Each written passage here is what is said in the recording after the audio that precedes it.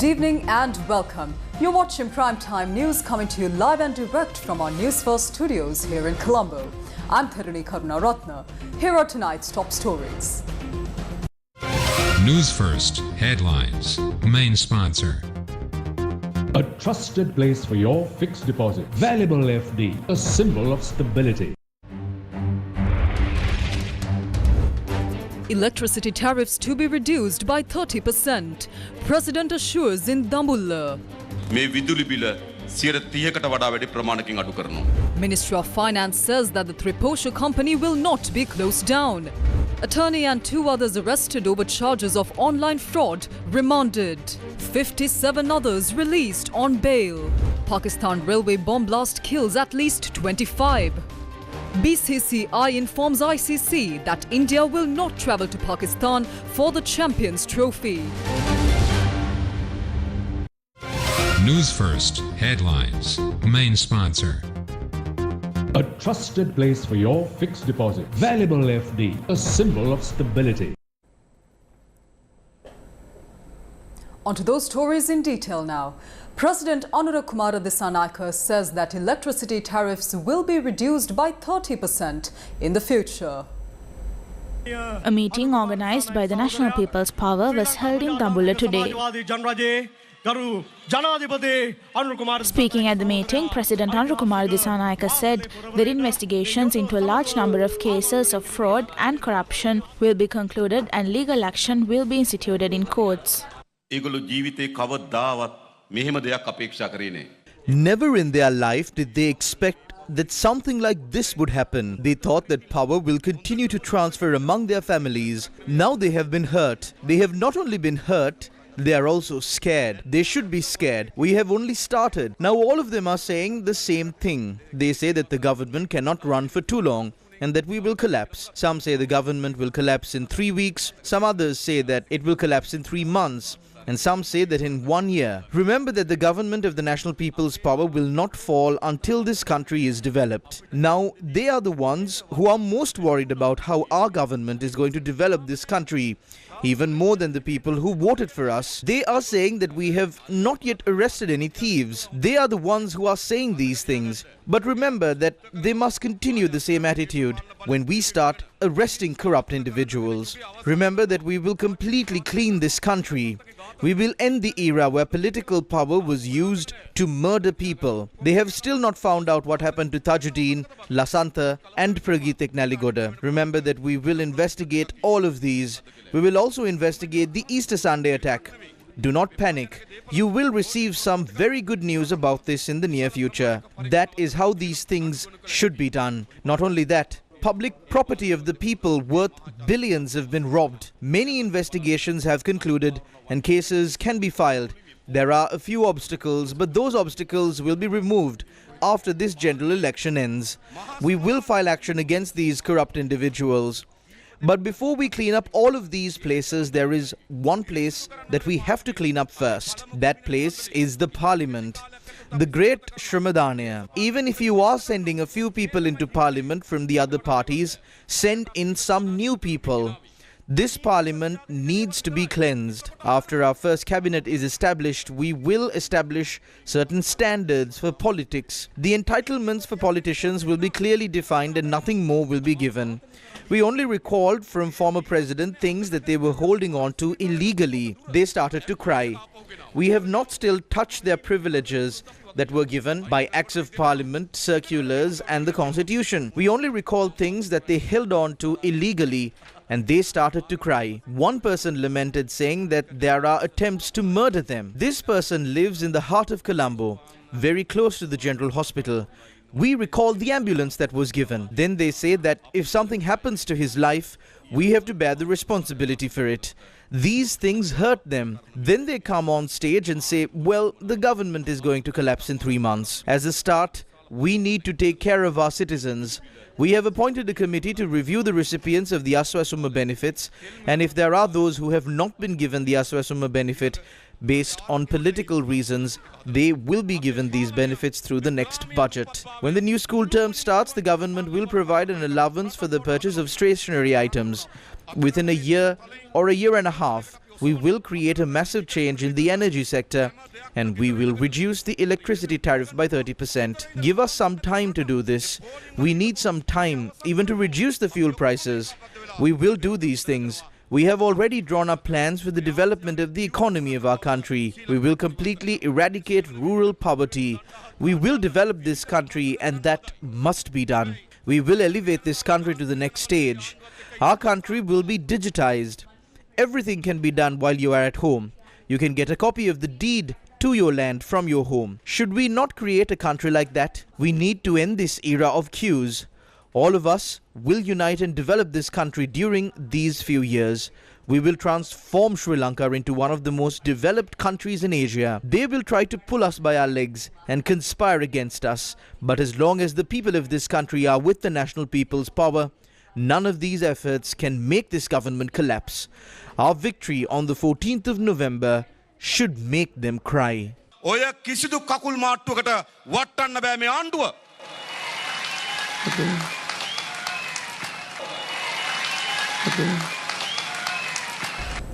The Ministry of Finance, Economic Development, Policy and Planning and Tourism says that there is no plan whatsoever to close down Sri Lanka Triposha Limited and that no such steps have been taken either.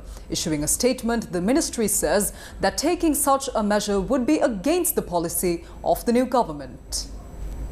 The ministry points out that various factions are attempting to mislead the general public by basing rumours on the facts mentioned in the extraordinary gazette that was issued on the 27th of September. The ministry says that the distribution of nutritious food to families in need is a priority of the government as mentioned in the NPP's manifesto, A Thriving Nation, A Beautiful Life. The statement issued by the ministry further says that the improvement of state-owned enterprises has been clearly included in the government's policy framework. The ministry says that accordingly, the program to provide children and pregnant mothers with Triposha will be implemented with even more efficiency. The statement further adds that steps will be promptly taken to further strengthen Sri Lanka Triposha Limited and ensure its efficiency.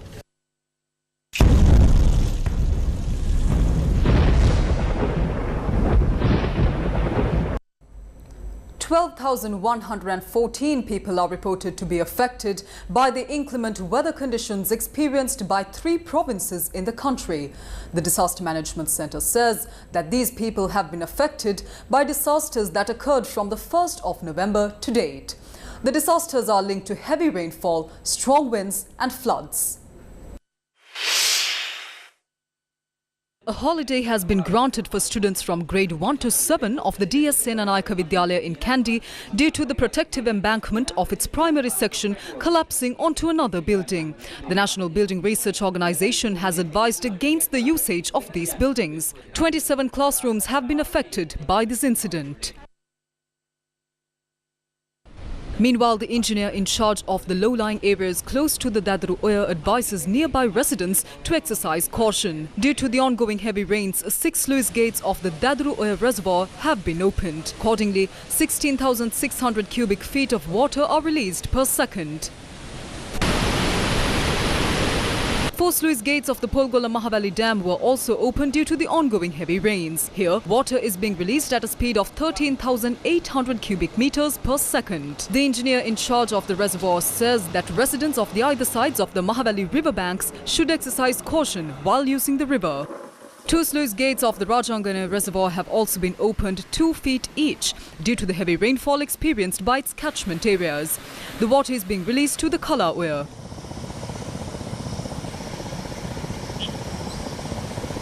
Several low-lying areas in the Puttalam town were also inundated due to the heavy rains experienced in Puttalam. Newsfirst correspondent says that about 50 houses remain submerged.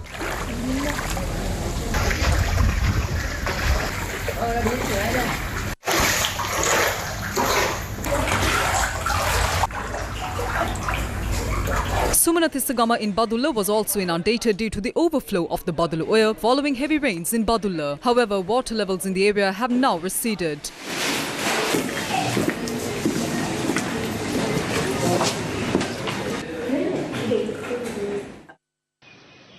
Several cultivation lands in the Puttalam district have also got inundated. Those cultivation lands belong to the Norotchole, Pulatchena, Koyavadi and Mampuri areas in the Kalpitiya Divisional Secretariat.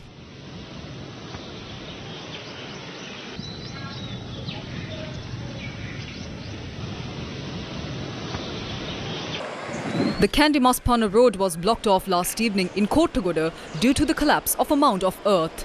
This resulted in a disruption of vehicular movement in the area. Meanwhile, vehicular movement was disrupted in the Galloya area in Mahakanda due to the collapse of a mound of earth onto the Pera Deltota road as a result of heavy rains. Landslide warnings have been issued for 7 districts, including the Badulla, Kandy, Kegol, Kurunegala, Matale, Nuwara and Ratnapura districts. The National Building Research Organisation advised residents of those districts to be cautious of landslides, rockfalls, building collapses and flooding. The Met Department warns that showers or thunder showers may occur in some areas of the central, Uva and southern provinces tonight. Intermittent showers may also occur in the northern and north-central provinces and in the Trincomalee district. Misty conditions are expected in some areas during early morning hours. The department urges the public to take precautions against lightning hazards. 2 suspects arrested in connection with allegations of committing online fraud at the Balavatta housing complex have been remanded until the 15th of November. The suspects were produced before the Colombo Magistrates Court this afternoon. The remanded suspects are a lawyer and an accountant who are believed to have coordinated the entire scheme. According to the Criminal Investigation Department, 57 other suspects who were arrested over the same incident have been granted bail. The housing complex was searched by the police yesterday after a search warrant was issued by court. The inspection was carried out based on information received by the Cybercrime Investigation Division as well as a complaint lodged by a foreign embassy regarding a fraud involving nearly 30 million rupees by a South Korean national. The entire 40th floor of the apartment complex had been rented by paying a monthly rent of over 9 million rupees. There are 23 females and 36 males among the arrested 57 individuals. It was revealed that they were residents from across the country. We arrested a 52-year-old woman residing in Colombo 7 who had worked as a director of this organization. A 42-year-old manager from Ragama was also arrested. Their target had been foreigners residing in foreign countries. Furthermore, they forged documents from banks and various institutions and through the internet directed individuals in foreign countries to pay certain amounts of money to release the accounts that had been frozen in those countries due to several issues. It is clear that they operated in this manner to illegally raise funds. In particular, investigations are being carried out on an alleged incident where they defrauded a foreign national of nearly 30 million rupees.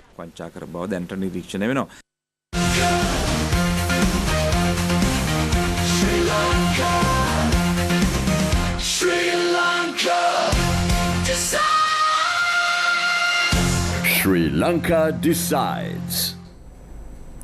Gampaha district leader of the National People's Power, Vijitha Herath, said that the accusations made against their policies are baseless. Now he expressed these views at a public meeting held in Mirigama today. They said there will be no foreign relations. They claimed that America, China and Japan were all under Ranil's control. That's the narrative they've been pushing all along. They must have thought they'd lose all the countries from control.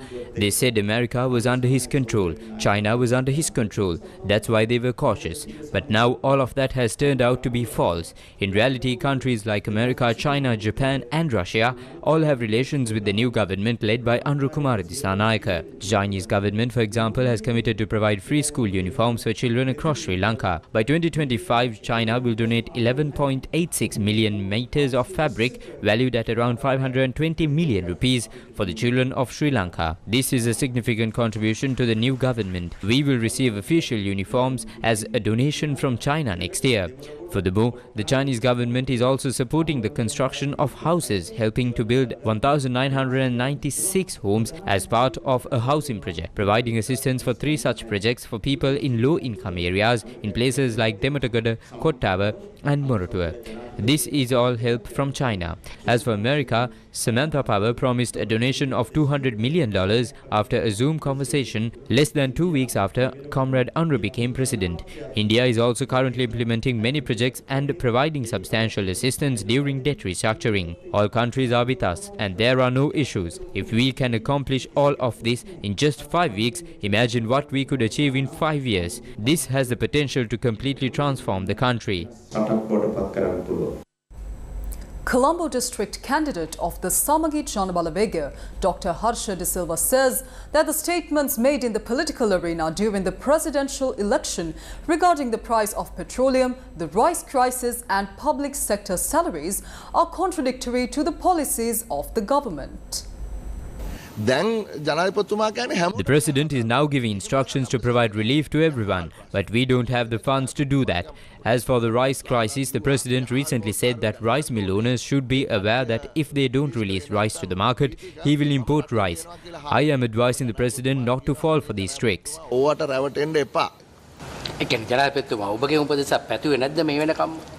නෑ ජනාධිපතිතුමා මට call කරේ නෑ call කරොත් මම එතුමත් එක්ක ඕන වෙලාවක සාකච්ඡා කරන්න සූදානම්. ඒකට සහාය දෙනවා. It would be selfish not to offer support when the people of the country are suffering. The government needs to understand that it must engage with Hara DVA and figure out how to work together. The claim that there are no funds to increase salaries is not true. There are funds to increase salaries, but it can't be done unless we remove the import ban on vehicles. The government also cannot increase revenue by raising the tax on petrol from 100,000 to 200,000. If the government reduces revenue this way, those things can't be done. You can't have it both ways. One of the two must be done. Otherwise, the government will have to cut back on spending, but that too is not possible. Leader of the SAMAG Chanabalawega, Sajid Premadasa, says that the power of the parliament must be given to the SAMAG Chanabalawega in order to uplift the lives of the people who are living under a massive burden.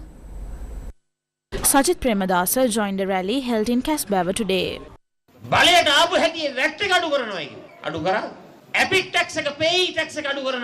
They promised to reduce the VAT, advance personal income tax, pay tax, direct taxes and indirect taxes as soon as they come to power. But did they do it? None of it was done. Now they asked to fill the parliament with the JVP. I would like to make a request to you to give the majority power of the parliament to the SAMAG Chanabalawega to strengthen the lives of the people who are living in misery and under pressure. Anru Kumar Dissanayake, who became executive president by talking about representing the poor and suffering people, can do all of it with just one order. Why is he not doing so? Why does his actions not align with his words? Why is he not doing all he said on stage? I would like to clearly mention that as a presidential candidate, we presented a list of policies, a program and a vision. We did so with the targeted periods. I would like to say that we are ready to implement the program we presented when the people of this country give us the majority of parliament.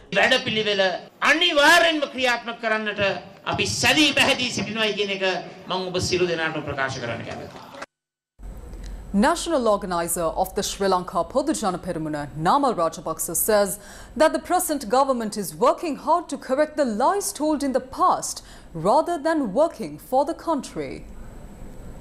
A rally attended by Nama Rajapaksa was held in Bulat Sinhala Kalutara. The incumbent president has a responsibility to catch thieves, but if the government is making false accusations in order to hide their political incapabilities, you cannot run for 5 years with those lies. Instead of chasing unnecessary drama, be honest and respectfully tell us what you can and can't do regarding the promises you made during the election, and acknowledge that you deliberately lied. Admit that you all knew it was a lie. Admit that you cannot provide answers to questions raised and that what you can do is limited. It is clear that the present government is falling into such a situation.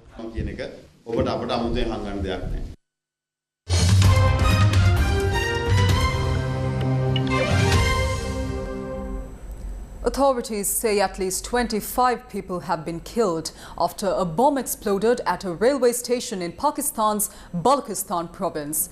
Dozens of others were injured in the blast, which happened as a popular morning train was about to leave the Quetta station in southwestern Pakistan for Peshawar.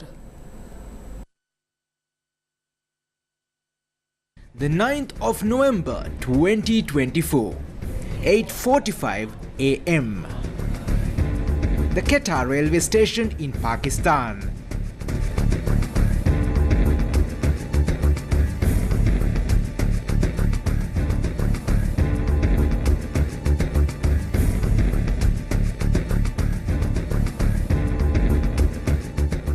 A militant group, the Balochistan Liberation Army, said it carried out the bombing in what police are deeming a suicide attack. There has been a recent surge in deadly attacks in the province, driven by demands for independence and control over local resources.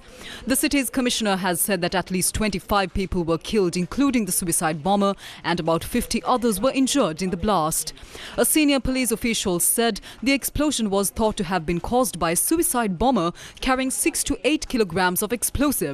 He further said that among the dead and injured were both civilian and military. Videos shared on social media appear to show the moment the explosion happened on Saturday morning, with dozens of people visible at the platform. There is also footage circulating of the aftermath, showing a number of injured people and debris spread across the station. A separatist militant group, the Balochistan Liberation Army, has claimed responsibility for this attack. In a statement released on social media, the group said it targeted a Pakistan military unit that was returning from Quetta after completing a training course. Police later confirmed 14 soldiers were among the dead. Balochistan is Pakistan's largest province and the richest in terms of natural resources, but it is the least developed. The region shares a volatile border with Iran and Taliban-controlled Afghanistan and also boasts a vast coastline along the Arabian Sea. In light of this development, the Indian Cricket Board, the BCCI, has informed the International Cricket Council, or ICC, that its men's cricket team will not be travelling to Pakistan to participate in the 2025 ICC Champions Trophy. The ICC and the Pakistani cricket authorities are set to review the arrangements for the upcoming tournament in light of these developments. The Champions Trophy will feature 8 teams with 2 groups of 4, followed by semi-finals and a final. With that, we head into a short commercial break. We'll be right back. Generators for long-term rent. Multiways Engineering Private Limited. A trusted place for your fixed deposit. Valuable FD, a symbol of stability. I'm also with Marikar. SM Marikar, number 16. Samagi Janasandhanaya Colombo District. Strength of the nation. Vote Rosie Senanayaka. Number 14 from the gas cylinder. පිරිසිදු මහත්මා දේශපාලනයේ කොළඹ සන්නාමය ආචාර්ය රාම් අංක 7 සමගි ජන බලවේගය. A clean parliament powered by NPP ජාතික ජන බලවේගය. You're watching Primetime News on TV1. The National Election Commission has issued a special gazette notification announcing the appointment of the chairman and deputy chairman of the Alpitia Pradeshia Sabha. Kolaba Tantrigi Nishanta Pera has been appointed as the chairman, while Sumit Chandana has been named deputy chairman. The National People's Power secured control in the Alpitia Pradeshia Sabha election held on the 26th of October, winning 15 out of 17 electorates. Meanwhile, a special measles vaccination program has been launched across 12 districts in Sri Lanka today. The vaccination program, initiated by the Ministry of Health with support from the UNICEF and the World Health Organization, targets young people aged 20 to 30. This program aims to provide an additional dose of the measles vaccine to improve immunity and prevent the spread of the disease. The program was officially initiated at the Thalangama Divisional Hospital with the participation of key officials from the Ministry of Health and UNICEF. It's extremely important that this age group comes and gets vaccinated to protect themselves, but also to protect others. Because if you are infected and you don't have the immune system, you can pass this on to your fellow citizens, and they will be infected, particularly children who can have severe consequences from this. The vaccination will run for 4 weeks, and young people in the affected districts are encouraged to get their second dose at the nearest health office. The Sri Lanka College of Internal Medicine hosted its annual Congress, SimCon 24, in Colombo. SimCon 2024 brought together the country's top specialist physicians in internal medicine. Here we talk about internal medicine, we talk about various topics related to internal medicine, diabetes, hypertension, ischemic heart disease, fatty liver. Academic sessions focused on raising public awareness regarding the prevention of non-communicable diseases were also held in line with the annual Congress. A trusted place for your fixed deposit. Valuable FD, a symbol of stability. A clean parliament powered by NPP. Jatika Jana Balavegaya. Mujibur Rahman, SJB, Colombo District, number 12. Sri Lanka's cinema lovers were in for a treat as the French box office film The Count of Monte Cristo had its exclusive premiere in Colombo. The special screening was a part of the ongoing French cultural season 2024.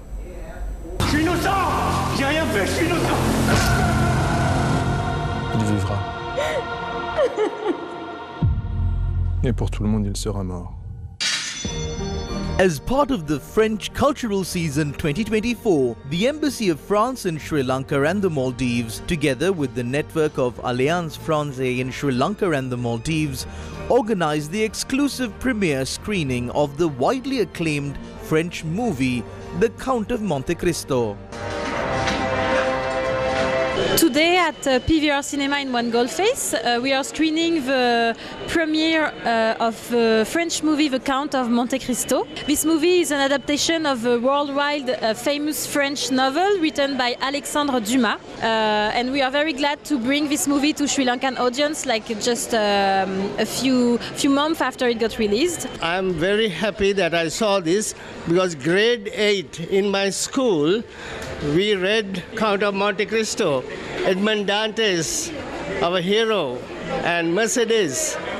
So I'm so glad after 50 years I'm with my book from my school. It was a really good movie. The actor did a really nice acting, and the past few movies I have seen, this was actually the best one so far. The screening attracted a crowd of film enthusiasts and cultural aficionados eager to experience a cinematic adaptation of the renowned literary masterpiece by Alexandre Dumas. Reflections 2024 Living Images, the annual Bonsai Exhibition of the Sri Lanka Bonsai Association, got underway today.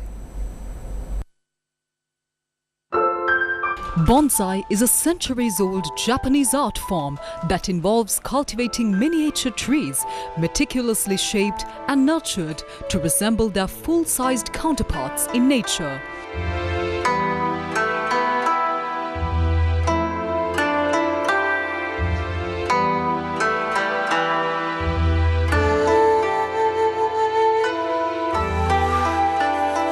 The word bonsai translates to planted in a container, reflecting the technique's focus on growing trees in small pots or containers with an emphasis on aesthetic form, harmony and balance.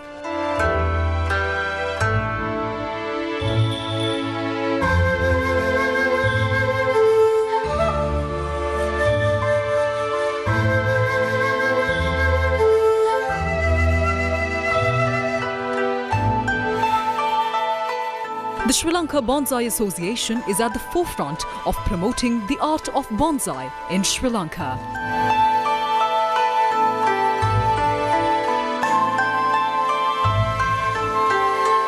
In its latest effort, the association's Reflections 2024 Living Images exhibition got underway today at the JDA Pera Gallery of the University of Visual and Performing Art, Colombo 7.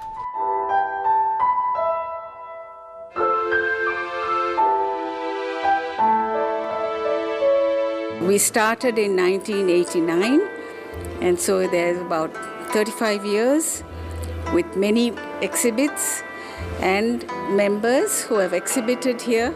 So we'd love to have people to come and visit and see the beautiful bonsai, the Japanese art of bonsai, which we Sri Lankans have taken to. And we thank you for the public for all their support, and we hope that people will come and see this beautiful living art. The exhibition will be open from 10 a.m. to 6 p.m. tomorrow as well, with 2 bonsai demonstrations at 3 p.m. on Saturday and 11 a.m. on Sunday, the 10th of November. Gammadda, improving lives, elevating communities. Constructing essential bridges that connect villages in Ampara, Dehiyattakandia, in Rithi Maliadda, Badulla. A new bridge will improve daily travel for over 600 residents in Koleyaya and Aldenia. In Mahayangania, another bridge will provide critical access over the Unagala Oya, meeting the needs of local families. Committed to connecting communities and fostering progress across Sri Lanka. Gammadda, Sri Lanka's most impactful rural development movement. For the people, by the people. Gammadda. When we are looking at international education, it's about how do we modernise it whilst keeping its traditional values, and how do we make it relevant to societies globally. I'm going to live with regret for the rest of my life if I don't complete what I have started. And I thought I had to go back and do it. And that's how it all began. The way things are going, the youth are only thinking of leaving the country. And if the next generation is not committed to staying here and rebuilding the country, that will be a huge setback. Economic policy thinking is very weak inside government. I think the public is the best watchdog in terms of corruption. The People's Platform. The core, the kernel of all of that is the equality, economic equality of the people. From COVID to a situation of financial meltdown, and now little sign of hope. Whoever does very well at the local level, they then proceed to the provincial, they go to the parliament. We were never 100% confident of winning, but we knew we had a chance. And whatever we promised to the people will be put into practice according to our policy document after the 14th of November.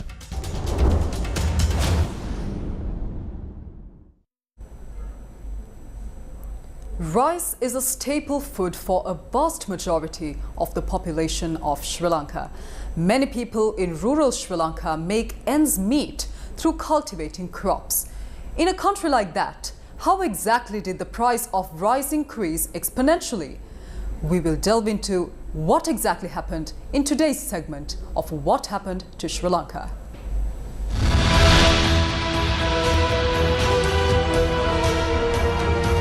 What happened to Sri Lanka? The Paddy Marketing Board, that plays a pivotal role in ensuring the food security of the general public of Sri Lanka, was created in the year 1972 under the Paddy Marketing Board Act. The primary intention of establishing this body was to carry on the business of purchasing, selling, supplying and distributing paddy and rice across the country. The objective was to provide quality rice to the general public at a reasonable price. The Paddy Marketing Board was true to its objectives during the first few years after being established. Officials who could have contributed to achieving this objective had served in the board during that time. However, in the latter part of the 1980s, this board collapsed due to the narrow political needs of a few. In the year 1999, a decision was reached to discontinue the Paddy Marketing Board. However, due to a strong demand from the people, a cabinet paper was presented in 2007 and the Paddy Marketing Board began purchasing paddy from the Yalla season in 2008. There were several factors that influenced the decisions of the Paddy Marketing Board between then and now. One of the main factors that influenced their decisions was the political leader that was in charge of their institution. The second factor was the officials in charge of the administration of the board. Decisions taken by the upper management of the Paddy Marketing Board and the political leadership that was in charge of it has resulted in the Paddy Marketing Board drowning in debt today. The image of the Paddy Marketing Board among farmers is not a good one. The rampant fraud and corruption within the Paddy Marketing Board becomes evident when one peruses the reports of the Auditor General. According to the latest Auditor General's report dated the 11th of February 2024, the Paddy Marketing Board has suffered a loss of over 1.2 billion rupees. Compared to the loss of the Paddy Marketing Board in the year 2009, the said loss had increased by over 507 million rupees by the year 2020. By the 30th of April 2023, the Paddy Marketing Board had to pay over 6.6 billion rupees back to the Treasury. One of the main reasons that the Paddy Marketing Board had suffered extensive losses in the past was because the board sold paddy at a price lower than the cost incurred by the board to purchase it. When this was done, the Paddy Marketing Board did not have any money left to purchase paddy at the next season. The Paddy Marketing Board had to then take several loans from state banks and the Treasury to bridge this massive gap in their income and expenses. The total dues to state banks for loans obtained by the Paddy Marketing Board as at the 31st of December 2020 was 22,652,790,000 rupees. The interest due to the banks alone is 2,867,000,000 rupees. The assets of the Paddy Marketing Board is currently at a negative value. This is how the institution that is supposed to purchase paddy from farmers and sell it to consumers at a reasonable price and protect farmers and consumers in the process had been governed during the past several decades.